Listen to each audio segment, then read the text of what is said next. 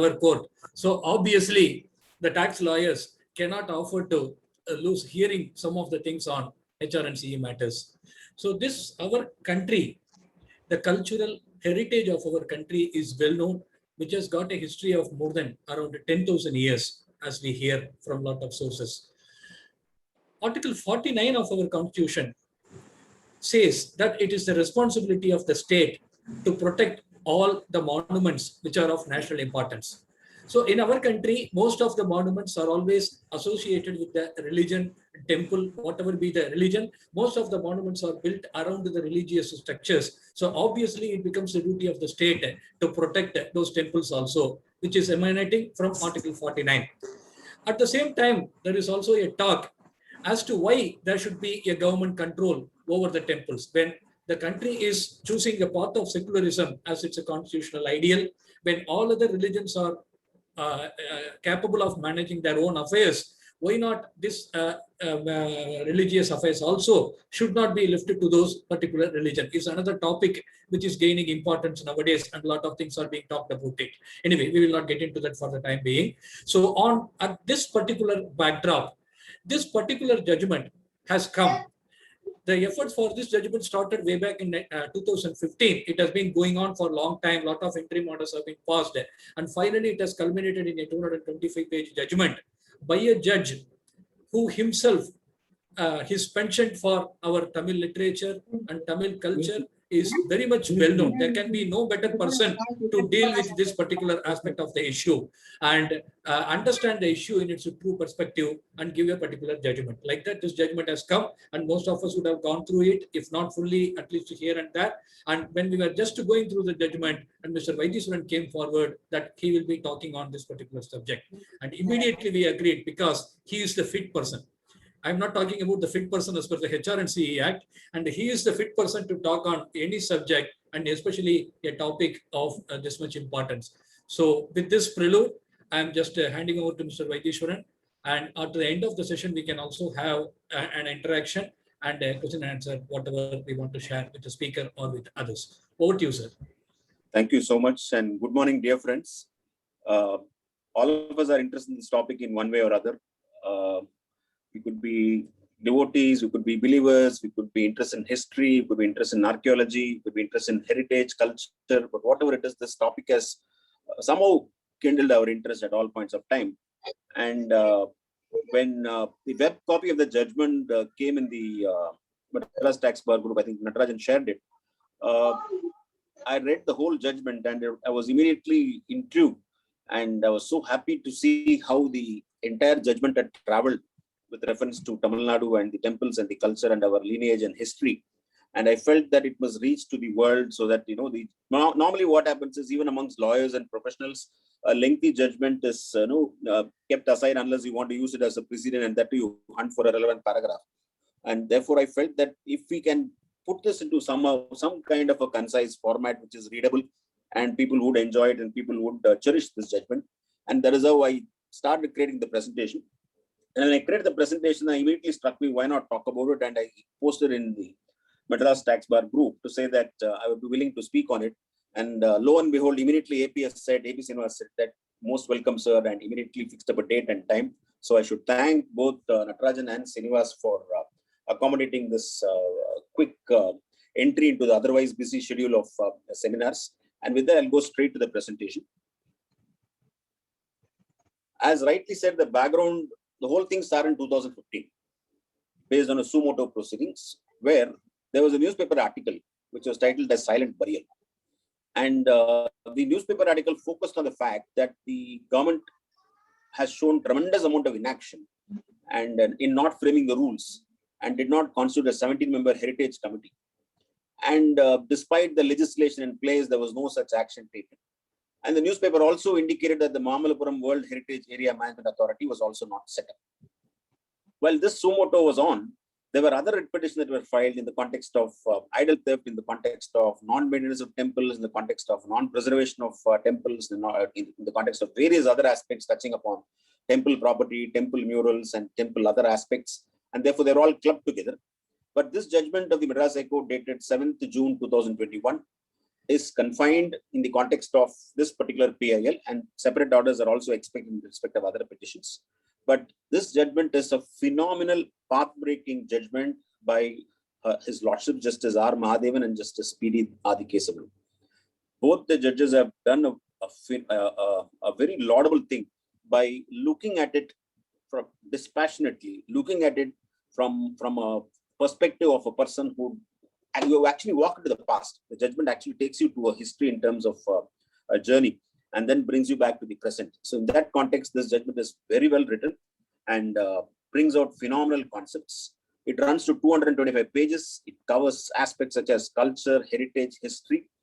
It is a treatise by itself. All young lawyers are recommended to read this.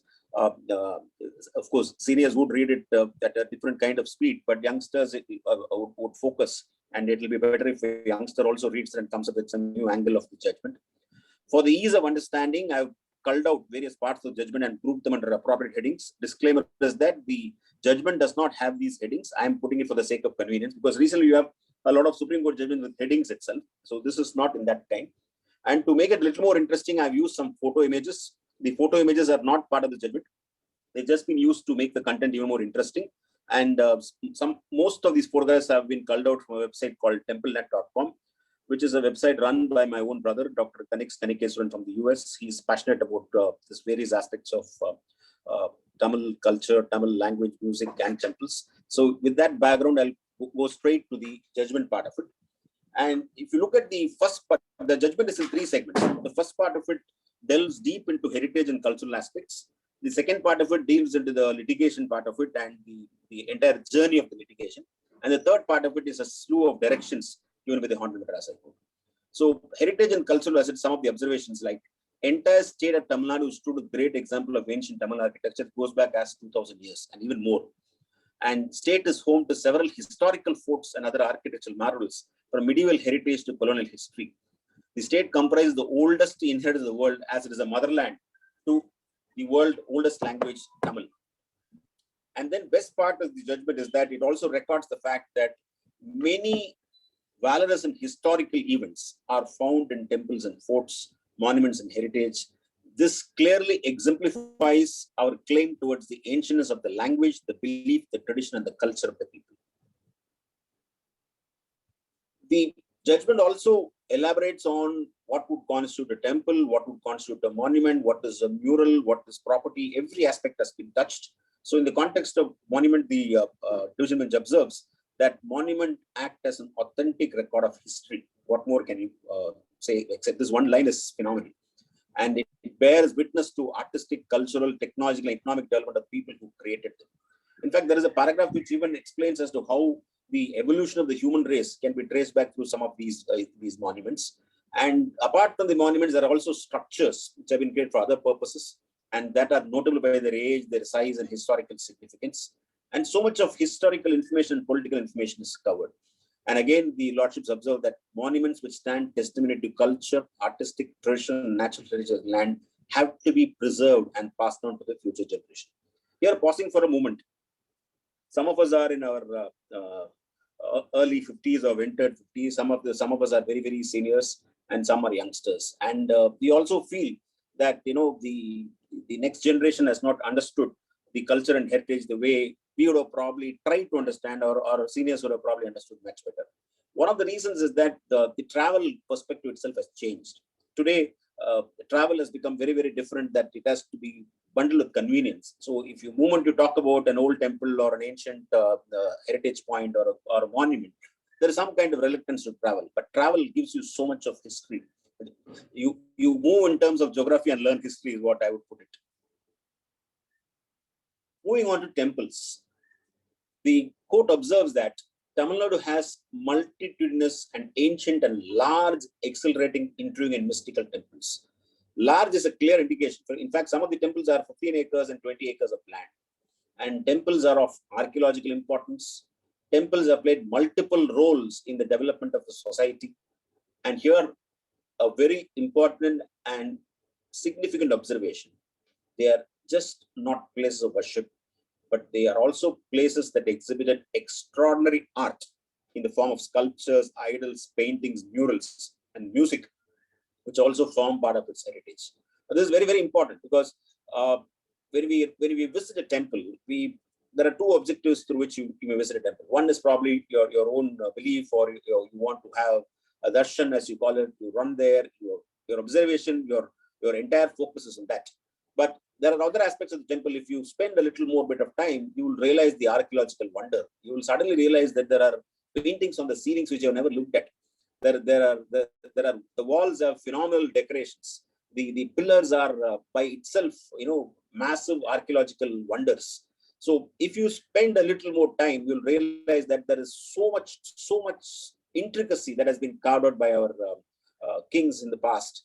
They focus so much on all these aspects, and the sculptors are simply geniuses who have done this. And in some of the temples, you would have even seen wonderful things. If you had some of you would have visited Tirunelveli Nellayappa temple, which has got musical pillars. The pillars, some youngsters may not even know that if you touch that pillar, if you tap on that pillar, you'll get different kinds of instrument sounds and musical sounds. Similarly, if you go to Hampi in Karnataka, you again have musical pillars. So there are unbelievable, wonderful stuff which have been captured. In fact, there is also this famous animalistic kind of a thing which is called as a yari. In that, you'll find that like a lion's mouth, and you'll have a small stone ball inside which can actually move. Nobody knows how the stone ball went inside. That's a sculptor's skill. This stone ball cannot come out, but you can actually see the stone ball inside. Those are unbelievable things which you can see in a temple. And that again depends upon your time that you spend in a temple.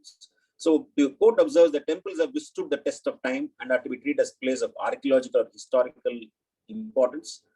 And they also reflect historical events termed as legends. We call it as, Puranam.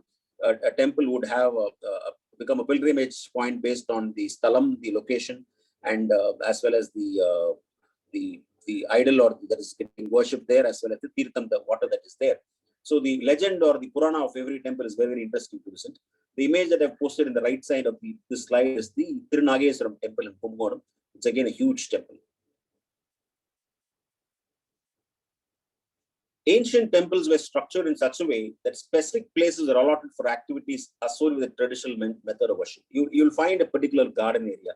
You will find a specific area for certain types of medicinal trees are grown. You'll find a specific spot where the cow or other animals are also reared. You will find different. You'll have a mandap. You will have a discussion point. You will have so many things which are covered as part of this temple. What kind of planning? What kind of architecture? What kind of design? The light would fall in a particular way. The structure would be such that only on certain days, or probably once in so many years, the light would hit the idol. These kind of marvels you can see. Temple also would involve the recital of hymns in the praise of the deity, the recital of the Tirumurugai, the Vedic hymns, dance, drama, or folklore, debates, and conduct of festivals. Bharatanatyam, which has origin in Tamil Nadu, is also active with Lord Nataraja. In fact, there is an observation by a very famous architect to the effect that the pose of the Nataraja is probably the best possible pose that you can imagine in terms of conveying all emotions. Activities held in mandap have contributed to research work, art, literature, tradition, and culture. And the mandaps are also in different sizes. In fact, those days, probably the ancestors were a lot more fit because one visit to probably a Tiruvarur temple would ensure that their exercise for the day is covered. And today we have a fleeting glance of a temple while going in our car, while we quickly roll down the window and look at something. Paintings and murals conveyed various stories, including the legend of the temple. And what you have on the right is the Sri Villuputturu Andal temple. A very important observation. Any art can continue to survive only if it is practiced. The existence of temple is interwoven with the coexistence of various activities. So it's if you look at a temple, it has got its own festivals, it has got its own plan, it has got its own set of events that take place as a chart towards the entire year. One by one, if these activities start waning, one by one these activities start stopping. For example, there are certain instruments that are played in the temple. There used to be days when these persons will come and play those instruments. Now it has become an electronic switch. So these players are no longer there. That generation is dying. So you have different reasons through which these were created. And rituals are so important as far as the temples are concerned. And therefore, the court observes that waning of one activity will not only affect rituals, but also result in waning of the other activities and eventually the temple itself. And therefore, not only preservation, redemption of temples alone, but also the activities associated with the regular and traditional functioning of the temples are of paramount consideration. In fact, for the other youngsters, there are, if you're curious, see, one is belief, as I said, one is religion, but that could also be archaeology, that could also be curiosity. There are very mysterious things which are in temple which you never know. Probably the science was much advanced. If you go to Mamallapuram, you'll find a huge stone which is precariously placed on a slope and it never falls down. And people, the earlier days, the British have tried to move it to ensure for safety, but they couldn't touch it despite having multiple elephants trying to move it.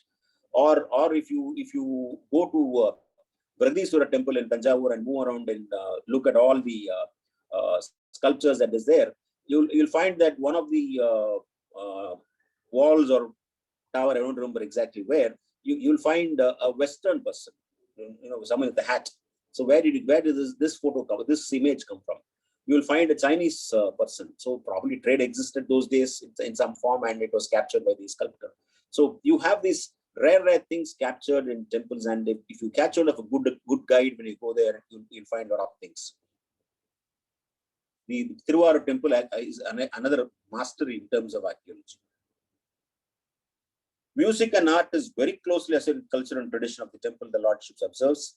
And temple artists and musicians play musical instrument in eminent manner whenever pujas for deities are performed and during the festival.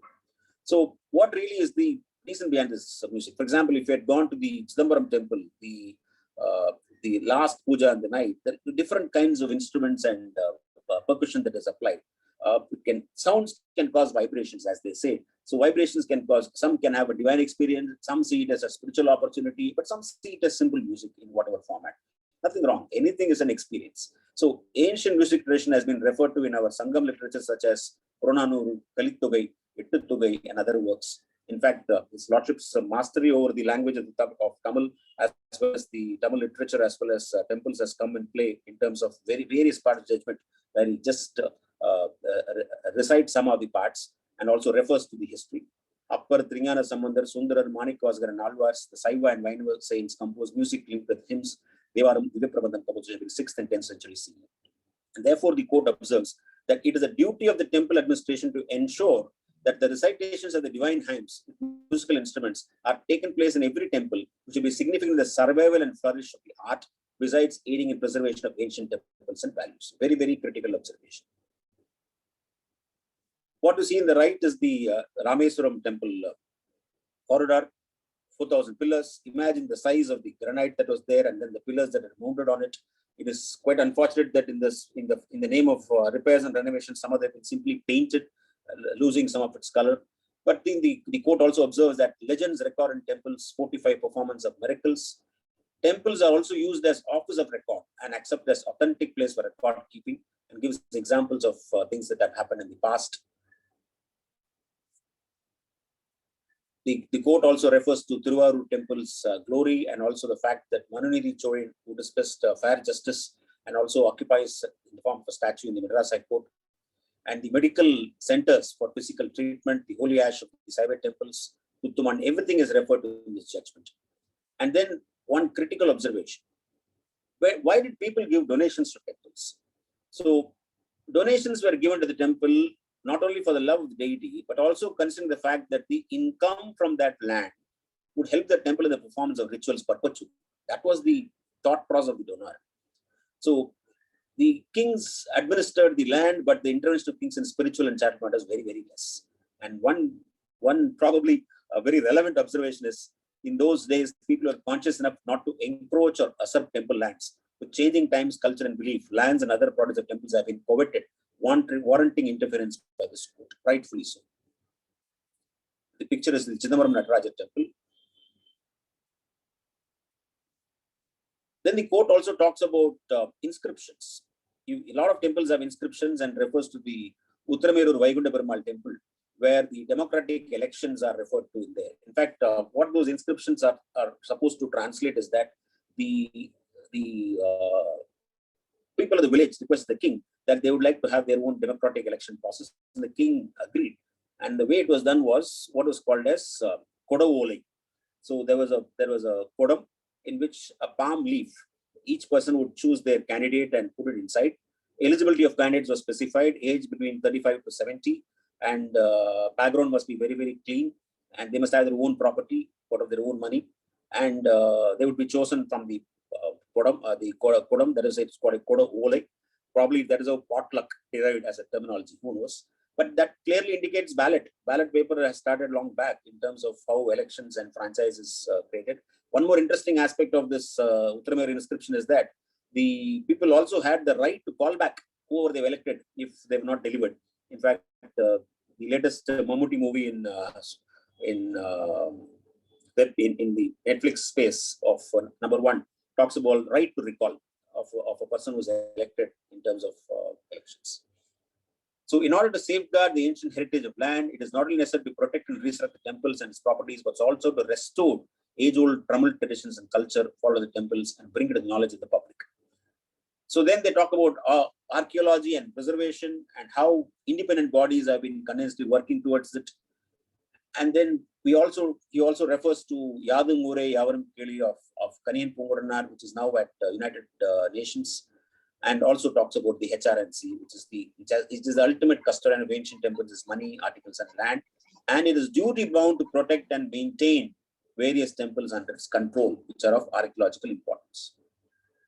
The court also delves into architectural excellence in Tamil Nadu. We are referring to Mamallapuram.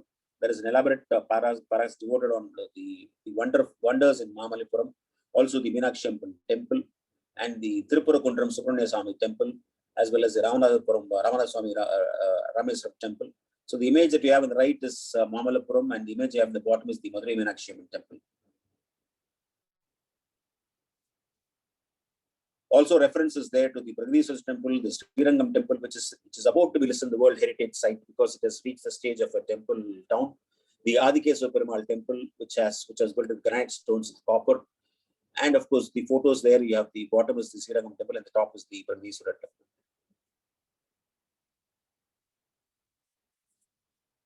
Tiruvannamalai is an ancient one. Of course, I think our Lordship also belongs to the native place of our Lordship is Tiruvannamalai. The Arunachalese temple is an ancient one with 1,000-pillared hall. The Bhagavati Amman temple, Kanyakumari, is said to be constructed over 3,000 years ago. Tirukazhakundram was constructed by digging a single massive rock.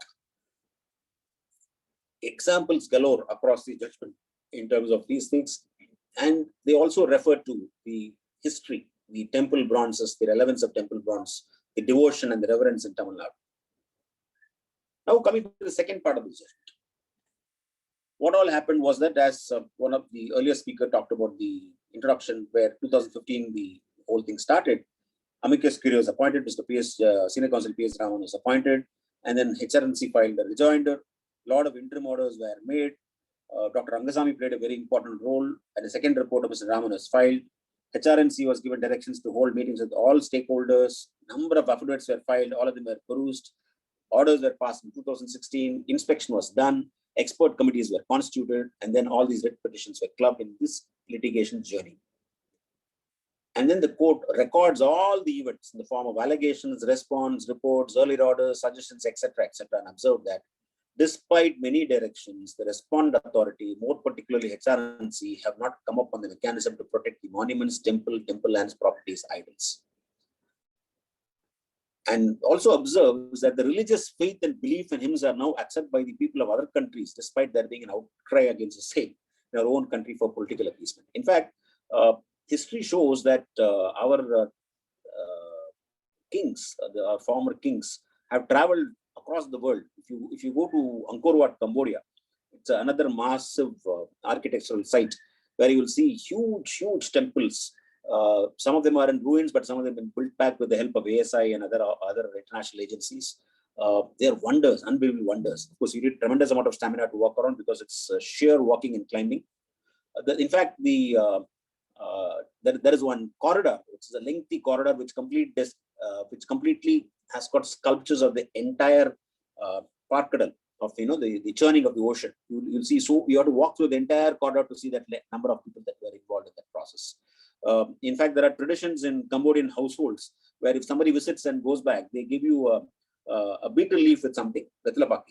So if you go back in history, it is Jayavarman who started the link as far as Cambodia is concerned, and Angkor Wat is built by Suryavarman II in terms of how you can see the Cholas, how much they've gone there in terms of link to other countries. 42,000 temples. This is the number, huge number that is there as far as Tamil Nadu is concerned. 38,000 temples come under the control of the HRNC. In fact, the HRNC has also played a very big role in this litigation process, whereby they've given tremendous amount of data. They've given all the effort that they've taken. They've also, at some places, candidly observed that there are experts which are not, which are required, which they may not possess at all points of time. They did have experts. So out of these 42,000 temples, 32,000 are in good condition. Around 6,000 odd temples are subject to damages and repair. 530 temples are partially dilapidated. 716 temples are severely dilapidated. So this is the condition as per this is status report as far as these temples are concerned. Most temples have been declared as places of archaeological importance, but there are others which are yet to be declared, and it is a duty again of HRNC to protect and maintain. Protection of temples would also imply protection of temple lands as well as activities outside the temple and its tradition. So wherever there are important observations of highlight in bold, I will share the presentation subsequently. Since I was referring to this severe damage and dilapidated condition, there was a Times of India report of Abhatseshwara temple, which is in ruins, which is which just shows either the vegetation can cross the ruins or the sheer non-maintenance can cross the ruins, because despite these temples standing history in terms of time, you will have nature that can cause an impact. Article 49 was referred to.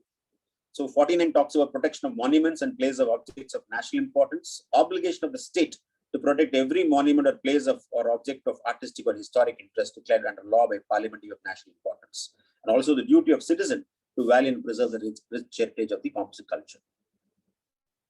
This is a very important observation of the court. The court recognized the fact that funds would be earned by the temple. There would be funds generated because of the visitors, because of the donations, because of the kanikai or whatever, or the revenues derived from the properties of the temple. So funds earned by the temple can be used only for the fulfillment of the object of the act, as spelled out in section 66, which includes maintenance of the same temple and or other temples, or for propagation of tenets common to all or any class of religious institutions. Therefore, they say you cannot transfer or divert these funds to other departments or to the state exchequer for any other use. So it is a duty of the department to identify the temples which require adequate and immediate attention, including allocation of funds for repair. This is very, very important, because you had this lot of information in social media and other forms of media that what is happening to the money that is collected at the temples. There are temples which generate significant amount of funds. Why can't we use those funds for other temples? So that this observation probably helps that. During the course of the litigation, there was also a discovery that experts were not available to understand the kind of impact that is there, whether good work has been done or bad work has been done. And UNESCO came into the picture. They offered their help, and finally UNESCO also was brought into the picture. There was a fact-finding mission. UNESCO visited about 10 temples, including Meenakshi Temple, Tirunamala, etc., and they gave their report. UNESCO gave a lot of fact-finding reports. These are all part of the judgment. These are some of the sections and provisions that were examined by the court.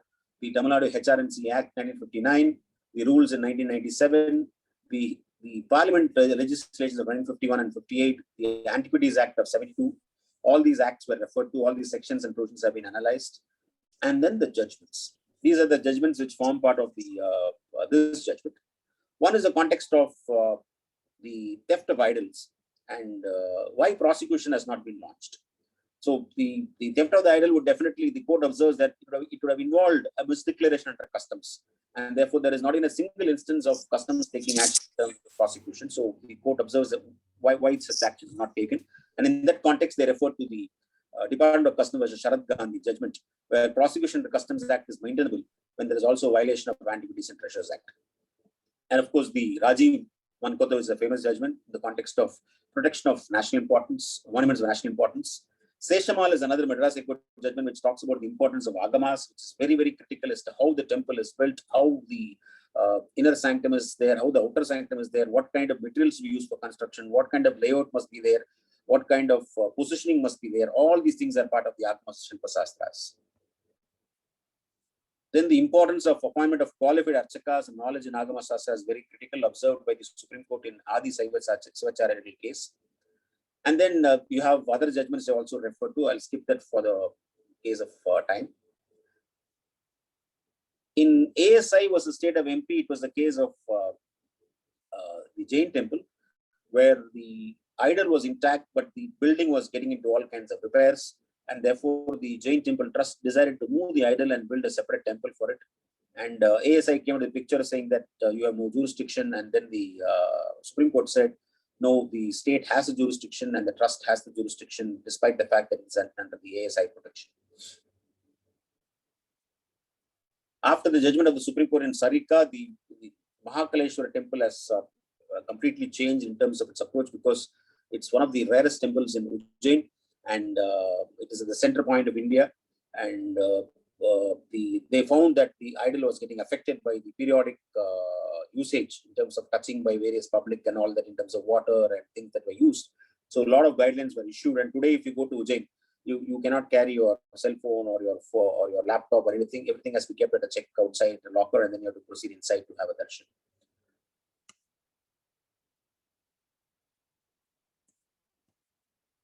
So come to the third part of the judgment, directions given by the court. This is the most important part of the judgment, because very significant directions are given by the court.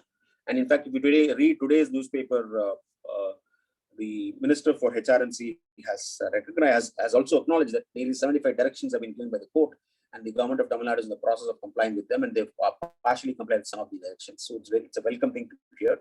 So the first thing which the court says is, you must appoint create what is called as a heritage commission.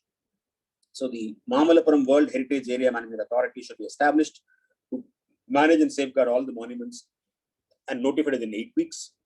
A heritage commission comprising of 17 members, again within 8 weeks, which shall act as an advisory body to both the authority as well as to the government. Now, this is what is the most critical part of the heritage commission. Who should form part of the heritage commission? So if it is heritage commission, they're talking about representatives from ASI, State Archaeological Department, one renowned historian or anthropologist, one from Building Structural and Conservation Wing PWD, one from Architectural Wing PWD, one from HRNC, not below rank of JC, one Stapati qualified from the Mahabalipuram College or equivalent college, 2 experts in Agamas and Shilpa Shastras, and 1 chemical analyst. Brilliant composition. Because these are the persons who can actually contribute and give information. We being lawyers or a citizen or a government official or a politician or a person who is well-established society may have certain values or certain principles, but may not have the knowledge. They may not even know what it is made of, whether it is rock style, brick style, what kind of architecture is used, what kind of treatment it can withstand. So these are the experts who are required to ensure that all these temples are preserved. And the court has also kept the window open, saying it is also open to get somebody from UNESCO if you are willing to take. In the right-hand side, you'll see a picture of murals. These murals are beautiful, which if you spend some time, you'll see these things, as I said, in the walls or in the ceilings, you'll see these murals. But unfortunately, what is happening is that in the name of reservation, in the name of restoration, some local artist is called upon to paint on it. So you'll find that the mural has been painted upon by one local artist. And apart from the fact that there are other local boys and girls who express their abundant love and affection on the temple walls. So apart from the carvings, you'll also see these art in so-called carvings, which mess up the space. You have to learn. Society has to learn in terms of what they should just enjoy and what they should more of. So these murals are beautiful things, and in fact, Tenkasi, if you're near in the Kutralam temple, near the Kutralam, there are amazing murals which was affected by the water also. So no structural alteration or repair of any monument, temple, idol, sculpture, murals notified under the Central Act or State Act shall take place without the sanction of the Heritage Commission. This is a fantastic, needed observation, because we need to understand, look at other countries. If you look at, for example, if you go to Portugal, or if you go to Spain, if you go to Madrid or Barcelona, you will find amazing churches and buildings which are kept in fantastic conditions. In fact, the impossibility doctrine, which we read in our college days of Taylor versus Caldwell. The Taylor versus Caldwell was in the context of the fire that erupted in one auditorium. But we moved beyond that, and we have this famous judgment in the House of Lords in the case of Northern something versus Panalpina, where you have this Kingston Street in UK, and there was this warehouse run by Panalpina. Now, in UK, you have a Heritage Act, And in terms of this legislation, there are certain buildings which will be declared of monuments of historical importance, where you cannot touch them or disturb them or demolish them without the clearance of the Secretary of the Environment. So one such nearby warehouse was a Victorian warehouse, was identified by the government to say that this is of importance, and it was in a dilapidated condition, was a dangerous condition, and it had to be restored or it will fall down. It could also fall down. So in that sense, the action was taken whereby the entire road was cordoned off. So nobody could access that particular road. And this warehouse suffered, this Panalpina warehouse suffered for nearly 20 months.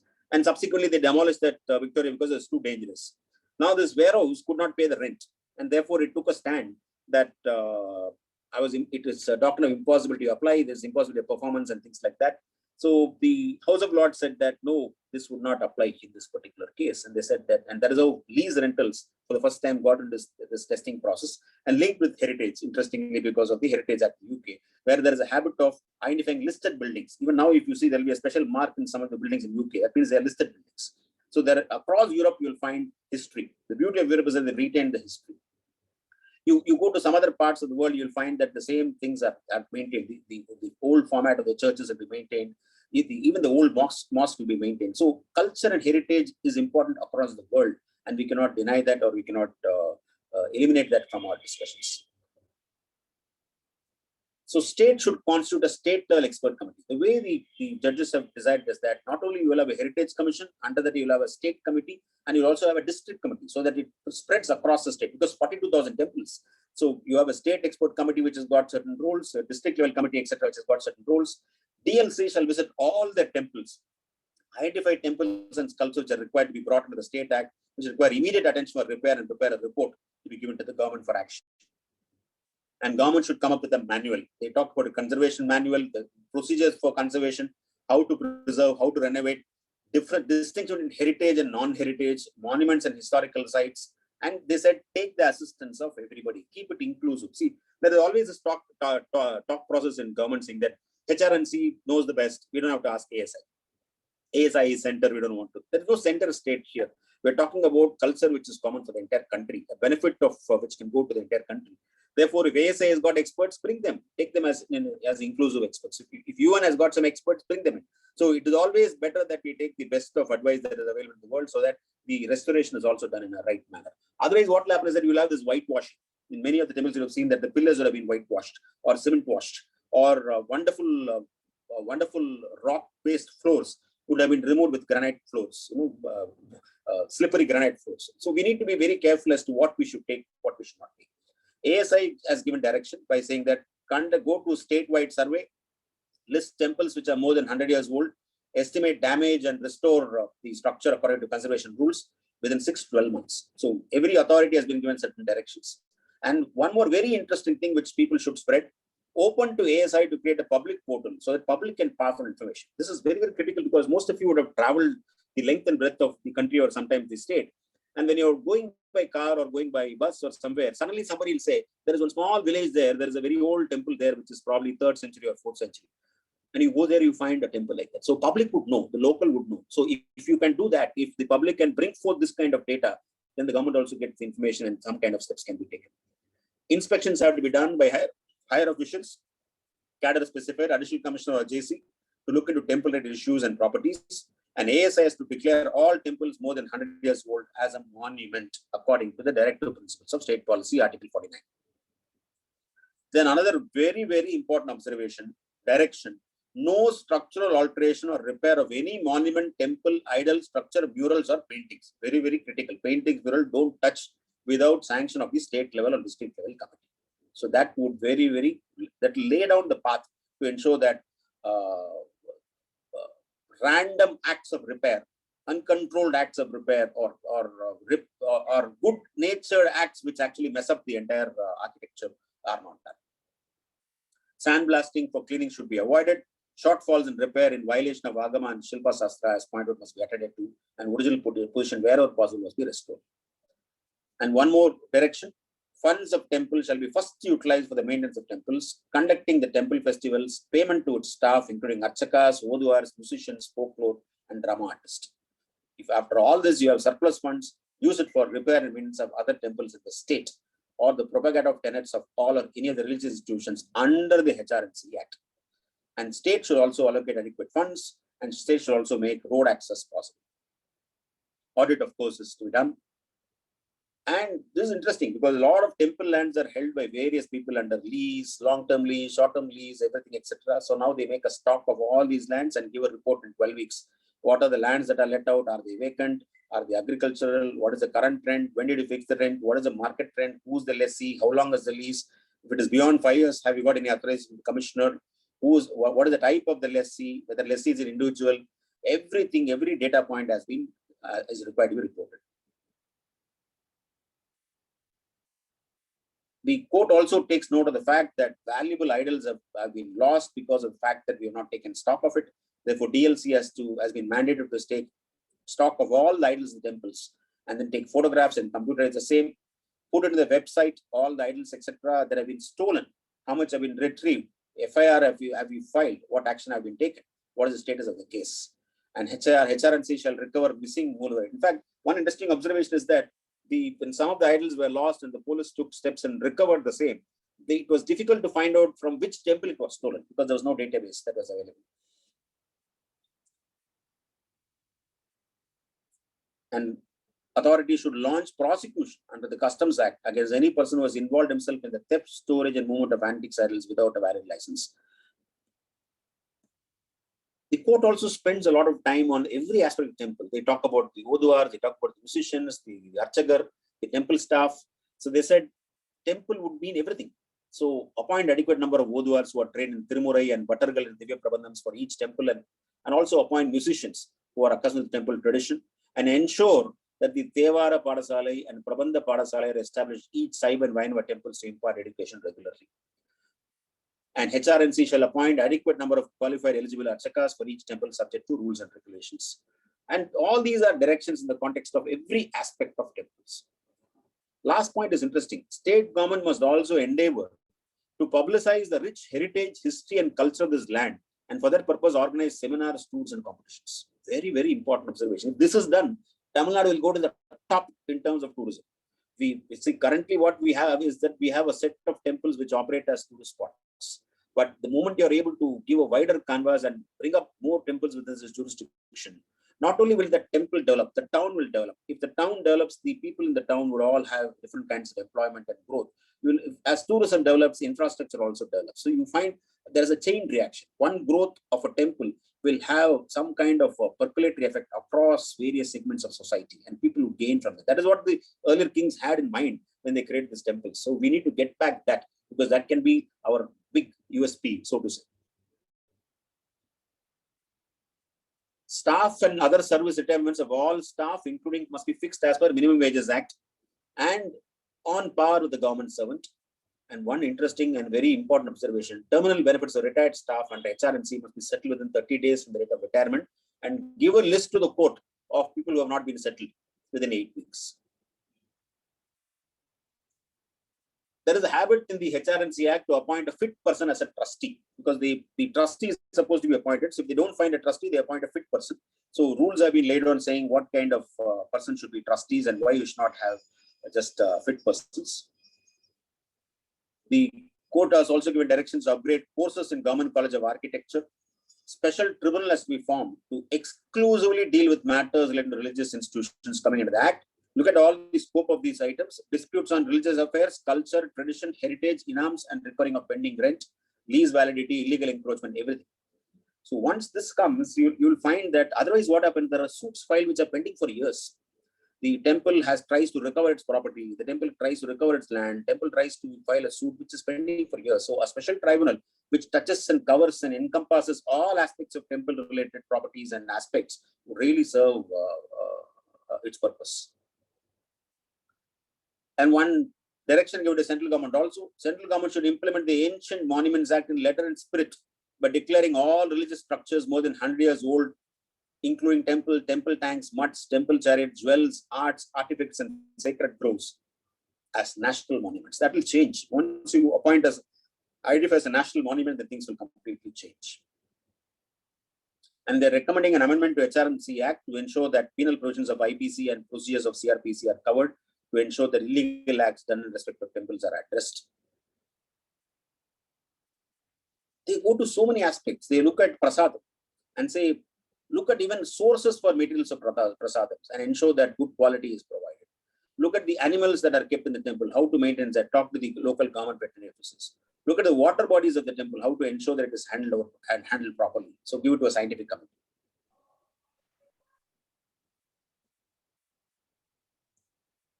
So the trustee, which I talked about, very, very critical observations. Under the Act, Commissioner is empowered to appoint a fit person to administer the temple in the absence of a trustee. The court says no, you cannot resort to as a matter of routine exercise. Intention of the legislature is clear. Only persons of impeccable integrity, devotion, sincerity, honesty, and belief with some basic knowledge in the tradition, agamas, and administration. And one more very important observation. Only a theist can be permitted to occupy any post in the temple. See, it is not an ordinary post. It's not an administrative post. If you appoint a person who does not believe in religion, or appoint a person who does not have any kind of beliefs, then how would there be an encouragement for these kind of activities? Therefore, it is important that we understand the spirit of the observation as to why this kind of observation is made.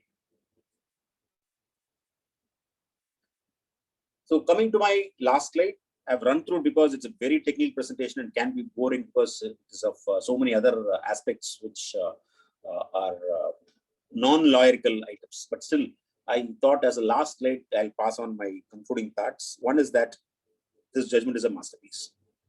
I thoroughly enjoyed reading the judgment and was happy that the Lordship spent so much of time in disposing this matter. And the judgment is also a masterpiece because of the great contribution made by various people. So if you look at the judgment, why it has happened, there are a couple of people who played a very, very big role. One is, of course, Dr. Ragasamy, who was a former director of archaeology. He played a very big role. Dr. Padma, she also played a very big role. Senior counsel, Sri Singaravelan, and Mr. Raman, who gave his report. Then Rangarajan Narasimhan, who was the actual petitioner who played a significant role. Karthikeyan from HRNC, who contributed tremendous amount of data. So the court also acknowledges the efforts of all the professionals who had, professionals and non-professionals who had participated in the exercise. The UNESCO's report, everything has been taken into account by the court, and therefore it is really a masterpiece. Art, culture, religion, language, heritage, and history has been gone into detail. This kind of detailed analysis has not come in the past, many judgments. And very interestingly, these directions are based on data. See, very important, when a judgment gives certain directions, and the directions are based on background information, analysis of the background information, data collected, information that has been sought from various agencies, and based on that, if directions are given, then it is really important because those directions become relevant, and that somebody has understood the issue. And therefore, if these directions are followed, you will see some major changes. So Tamil Nadu government should implement the directions in letter and spirit. I think the positive signs are there. They would definitely take it forward, because if we do that, we are going to get unbelievable benefit. One, in the form of discovery. All of us will discover new temples which we don't even know. It could be massive discovery of history. It could be massive discovery of individual persons' belief and passion, belief and spirituality, or it could just be something which contributes to the state's growth, whether in terms of tourism, whether in terms of inflow of foreign exchange, whether in terms of employment, whether in terms of travel infrastructure, in terms of hospitality. Everything can go up if you're able to mine what is available already. Kerala is identified as a big tourism state, so they've understood that their natural wealth can be effectively mined. We can use our historical wealth and ensure that our state comes back, achieves a very, very important status in terms of tourism. And that is my last slide for the day. I once again thank the MTB for immediately agreeing to accept my offer to talk on this subject, because I thought that this judgment should reach far and wide. Thank you once again for a very, very patient hearing. Thank you, sir. Thank you for taking us all through the 225 pages in almost an hour or so. We have got unusual, very high attendance for this session. Not only around 70 people here, and around 30 people are also watching it from the YouTube.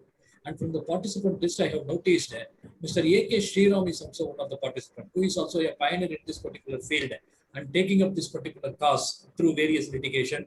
So may I request Mr. A.K. Sriram to kindly share his thoughts. Mr. Sriram, sir, you can unmute yourself. Yeah. Can the slide be removed, sir? Slide be removed? Yeah. Am I audible? Yes, sir. Hi, Sriram. Hi, Vaidhi. This is probably the only way I could see you after a year or so. Yeah. Anyway, I'm sure a lot of us have been part of it. I was part of this special bench for various cases, and I must say that they underwent a lot of effort, because the sheer volumes of papers that were placed before them was incredible.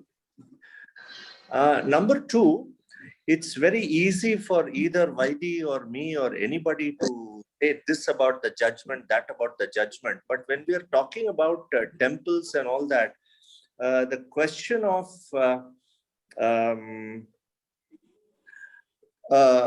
very, very delicate balance to be maintained in matters of religion, I think has been kept in mind by the bench. Now, this bench not only went into the question of preservation, they've also gone into the question of stopping indiscriminate actions against temples. So I feel this judgment is a step in the right direction. But as is the case with all of us lawyers, after a judgment comes, we always feel that this could have been there, that need not have been there, etc. We've got our own opinions about all that, but all in all, I think it's a step in the right direction. And as probably Vaidhi said, the last part of what he said, that if the implementation is taken in the right spirit, and if all the stakeholders are able to work together, I'm sure it would be better for the state. I'm not a religious person, so I cannot say too much on that. But if it is going to help the state in a lot of respects, it will be definitely good. And I really feel that this judgment is a step in the right direction, insofar as showing the road ahead for the department or for the authorities, whether it is the HRC department or whether it's the Archaeological Survey of India. So I'm really happy that, to be very, very frank, Vaidhi, shall I be very frank? Please. Okay.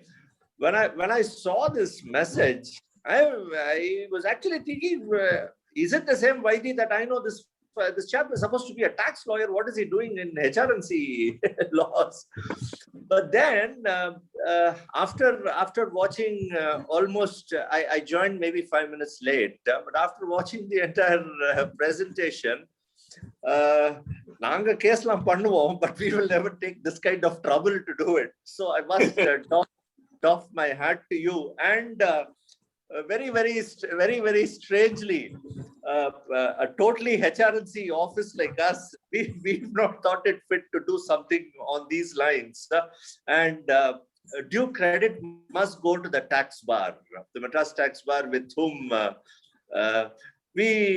we were also organizing webinars, but they seem to be going at such a fast rate. They're the Sehwag style, and Nanga the Yashpal Sharma, Larry Gomes style. We are one run of 50 balls. They are 50 runs of 10 balls. So it's so good to see the tax bar coming up with a webinar which is totally unconnected with their domain, with their field of expertise. And that, I think, is the best part of this kind of a topic. This kind of a topic cuts across all fields, though it is exclusively to do with the provisions of the HR&C Act and a few provisions of the Constitution with reference to religious freedom, denominations, etc. The fact that the tax bar has been able to generate this kind of interest and do a session with, of course, at the instance of Vaidhi, to whom I really would say hats off. It's a good thing because it's, for example, if you ask me to do something on tax, I would never do it. And I'm sure V.S. Jayakumar is glaring at me from there. I would never do anything on tax because it's just not my cup of tea. So hats off to both the speaker and the organizers for doing this. And the bottom line is, I think it's a good judgment, a very historical judgment, not in the sense that it is bound to be historic, but a historical judgment in the sense what I'm just repeating what Vaidhi said. You probably gone on a time machine back in time from the time the temples were built and to the present. In that sense, it's a very, very historical judgment. Lots of things that we didn't know have been brought about because of the judgment. And I'm sure it's only because of the specific interest and passion shown by both the members of the bench. Thank you very much. Thank you, sir. Thank you. Thank you, sir. Thank you, sir. Today, just for the information of the new entrants, today is our 143rd webinar, which we started last April, and soon we will be reaching the 150th mark. And especially in the second round, if we see last 15 days or so, a lot of youngsters are coming forward with a lot of new topics on trademarks, advertisements, and new forms of legislation and all. We are having continuous sessions for the past 15 days. And whoever wants to share their thing, you can raise their hands. I will call one by one. And before that, there were some messages in the chat also. Out of the most of them were already answered by Mr. Vaidheeswaran during the course of his presentation. One particular chat message, what I thought was, somebody has asked about the entrance ticket concept for the temples. Nowadays, what has happened? A visit which should have been an emotional visit to a temple, or be it any religious institution, be it a church or be it a mosque, that visit should be an emotional one, which is attached to the religion and other significant aspect of it. But unfortunately, we don't have the time. We are living in a world that we also look at our religious institutions as any other botanical park or any other tourist spot, and we buy a ticket and have a quick darshan and come back. Somebody has asked about what is the concept of the collection of entrance charges, whether the judgment says anything about it. Your reply to that is very soon. No, judgment doesn't talk about entrance fees or things like that. It devotes on temple funds and how it has been used. I think entrance fee has evolved over a period of time more as a crowd management technique, especially in certain temples where the crowds are huge, though it may not be the best solution. But if the number of temples which are of interest are increased, I think we can even wean away from all these things.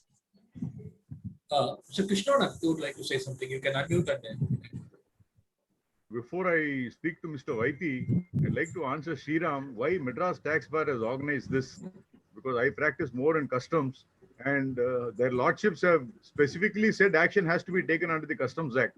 I can give one of the reasons why Madras Tax Bar had decided to organize it.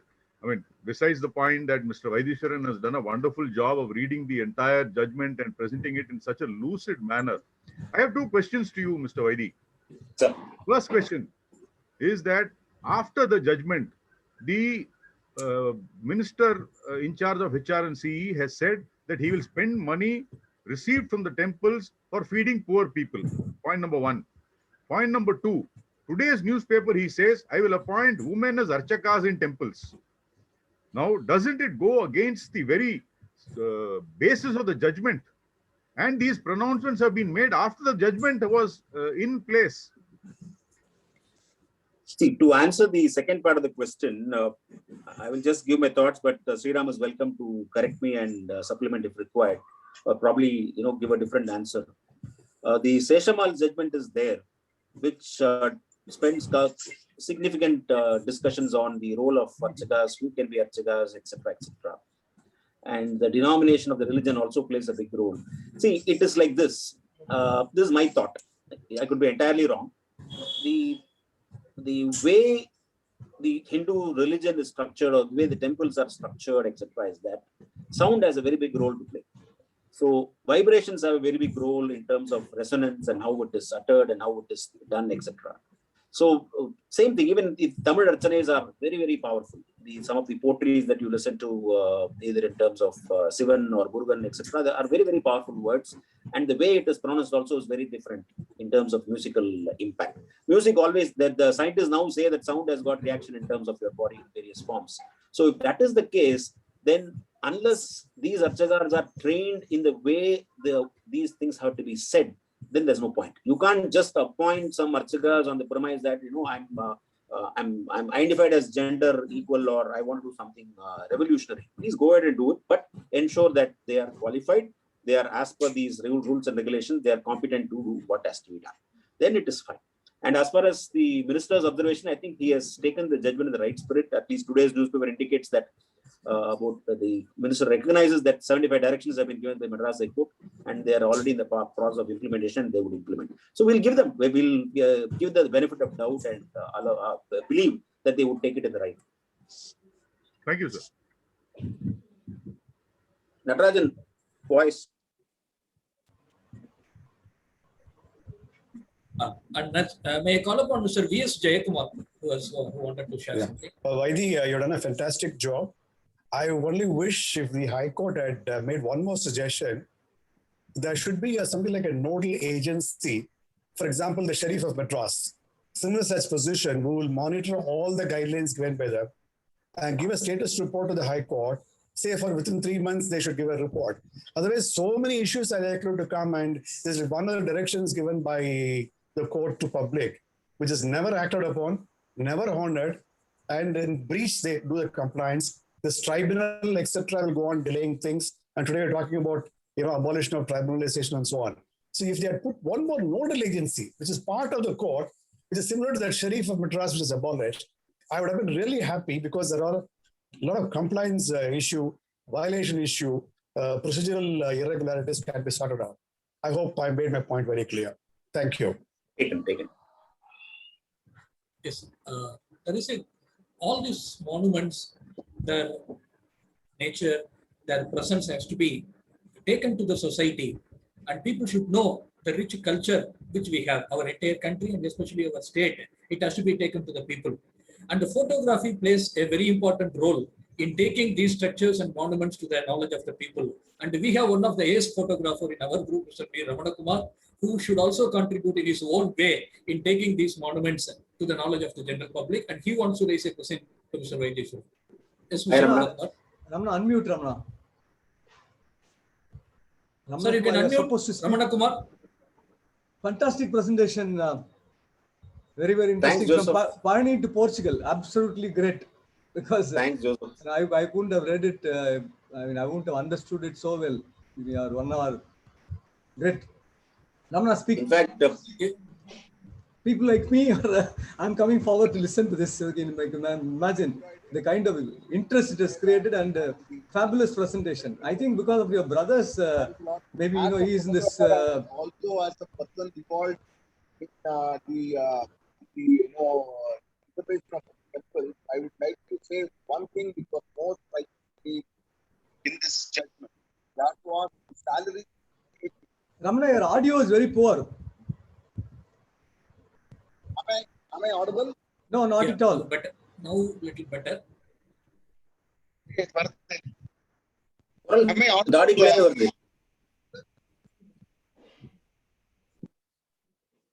Am I audible?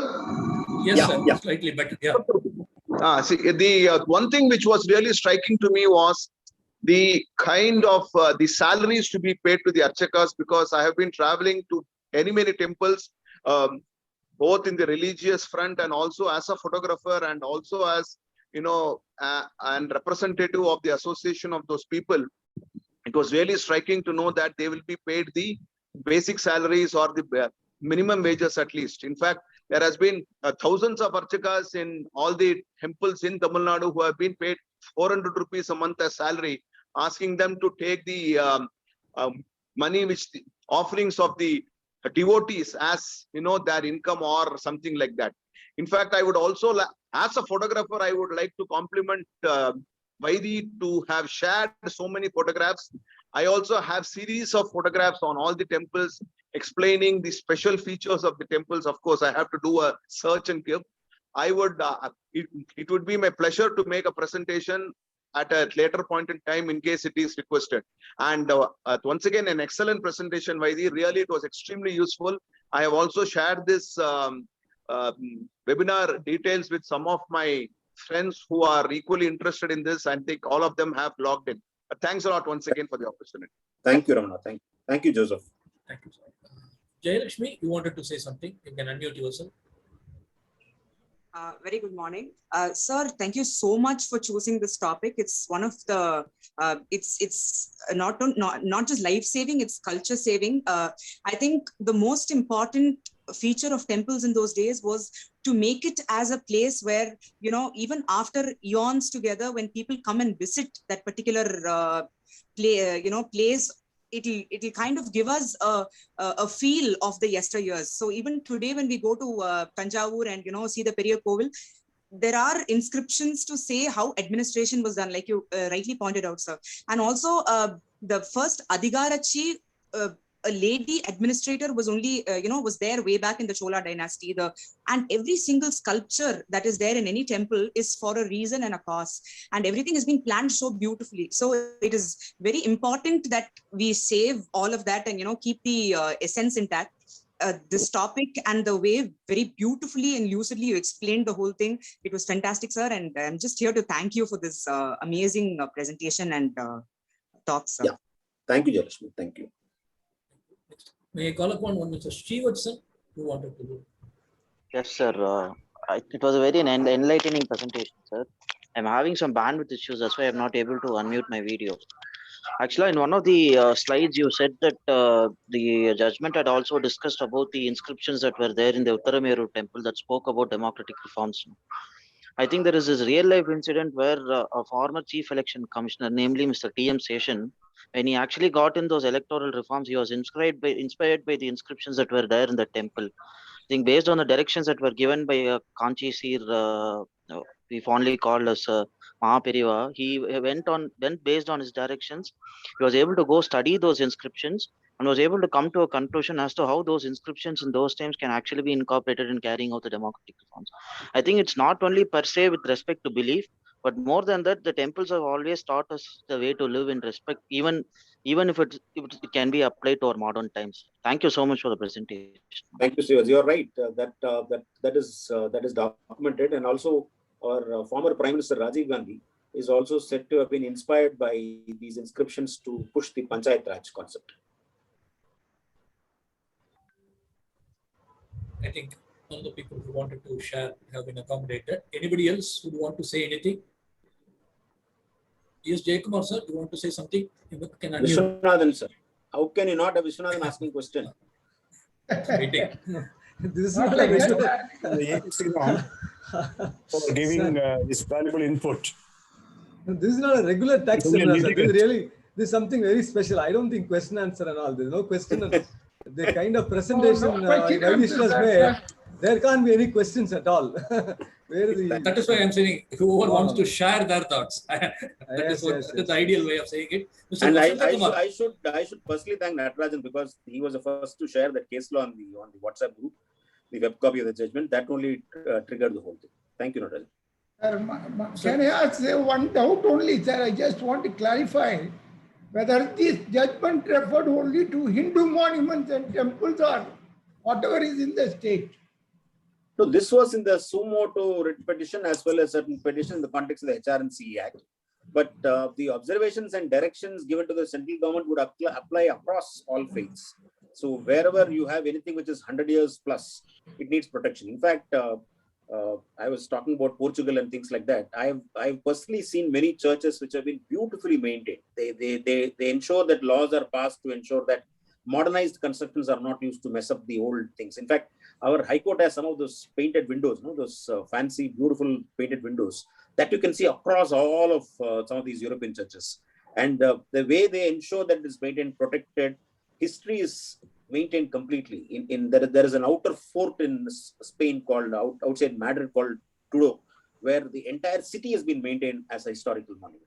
So you find those things, you get really pained to see how much of culture and heritage India has and how we have not taken advantage of that.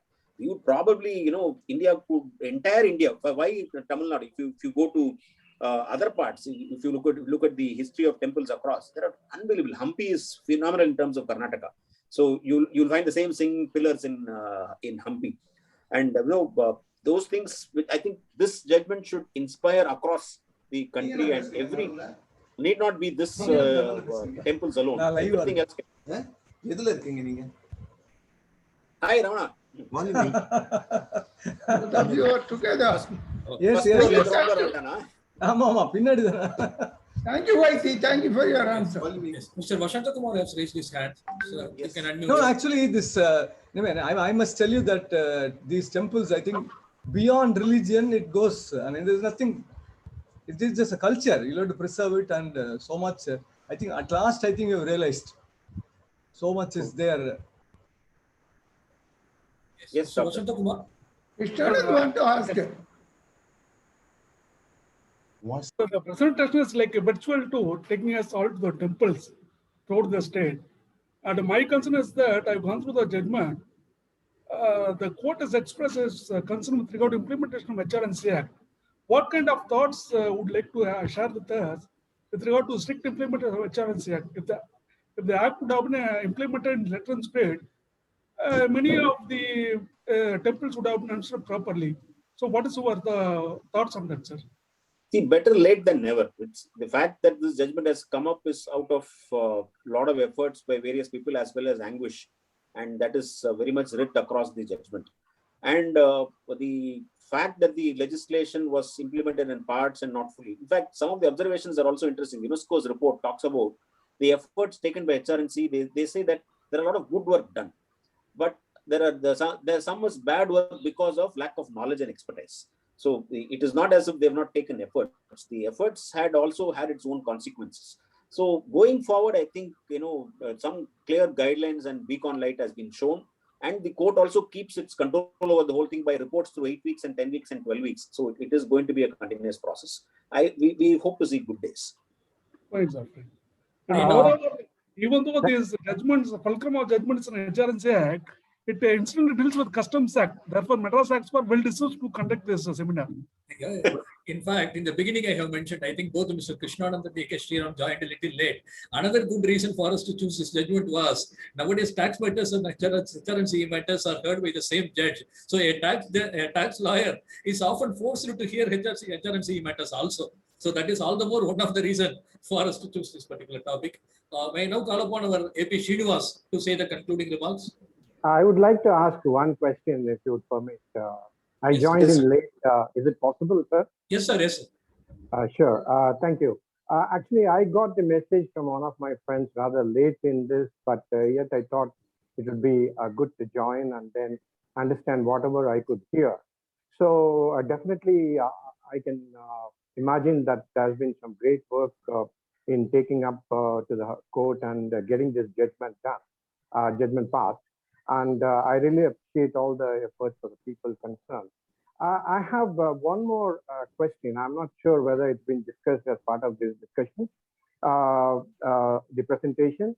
Like the recent notification from the government in terms of allowing all the people to do the pujas in the temples, especially in Tamil, has raised lots of concerns amongst the bhaktas who are going to the temples, whether they would follow all the religious practices, whether they would strictly comply with what is required as per the aham or whatever it may be. So these questions have been raised in the minds of people. So I just wanted to understand whether this question can be raised here in this forum, and if there is any work or any efforts that's being done, because I'm particularly interested in pursuing this further, though I'm not a lawyer. There was some question raised on that point. We did talk about it, but just to give a fleeting answer, the judgment does addresses this point in the context of appointment of archakas and the rules and regulations that has to be followed, as well as it refers to Seshamal judgment as well as another decision of the Madras High Court in the context of what has to be done. So they're all well-laid principles which will have to be followed. And we should also understand that the southern style of temples and the northern style of temples are very, very different, vastly different. Those of you who have traveled extensively will know that in some of the northern temples, you can actually enter the ultimate inner sanctum and actually do the puja yourself. Every devotee can actually do the puja himself if he wants. But now that is being put as a restriction because of the impact on the architecture and the temple, etc. And now guidelines are, as I was talking about the Mahakaleshwar temple. So the southern is slightly different. You have the inner sanctuary where very, very strict restrictions are followed, and then the outer sanctuary, etc., etc. There are all in very well laid down guidelines. So I don't think that you need to be really worried about certain things, because things will have to happen in the way the courts have directed, based on the Agama Sastras that have already been applied in terms of principle. If things are deviated, then obviously the people would rush to court. Sure. Okay, just as a rejoinder to that, I as an interested person in these activities, do you have a sort of a group which takes up this periodically, or I mean, is it possible for me to join in this kind of discussion? Because no, this came in. let us be very clear. We are a complete tax set of guys. It is out of curiosity we read this judgment, and we are discussing this. But you can just Google number of names are there. Sriram is also there, part of this AK Sriram. He's also active in these segments. You can talk to many number of peoples. Where people in the just Google, you will find all the interested people available there. Sure. Mr. Vaithee, just one last question. Nothing to do with the presentation part of it. The question is very simple. As a tax lawyer, what made you delve into this particular judgment and make such a beautiful and lucid presentation? What actually pushed you to do it? See, I'm a big fan of old temples and history. So I travel across. You would have noticed by the way I refer to certain places. I travel length and breadth of the country and the world, and I don't have any kind of religious discrimination or anything like that. I visit wherever possible, whichever is historical importance or cultural importance. And since my brother lives in the US, and he used to come every year, so that time the temple visit was somewhat of a historical journey and bonding for us. So I've seen many of these small temples. In fact, those pillars which I talked about, so those were times when we could actually play on them. Now many of them, for example, Dharaswaram, you have protection. You can't touch them because they've really been affected. So there are wonderful things like that which I've seen probably in my early days of college, and that stayed in my mind. And this judgment, I've been tracking this over in newspapers, and I was watching how it was unfolding in terms of articles. But when the judgment came, when I started reading the first, if you see the judgment, it starts with the quote. It starts with a particular quote. So that triggered my interest immediately, because I know that something big is there in this judgment. So when I read it, then I started making a PPT for myself, in the sense that let me just put it across in terms of all facets of it. Then I started sharing it. Then I thought that the only organization which will be willing to accept whenever I offer to speak is the Madras Tax Bar. So I offered, and they took it up immediately. And thanks to them, I'm here. No, the beauty of the whole matter is, it will take you more than 4 or 5 hours to actually read the judgment properly and completely. But you have concised it within 1 hour, which was really amazing. And we are really thankful and grateful to you. Yes. Thank you. I must thank Mr. K.Vaitheeswaran for volunteering to do this topic in our Madras Tax Bar. It's an excellent presentation. In the 225 pages judgment was summed up in a very nutshell, covering all the aspects.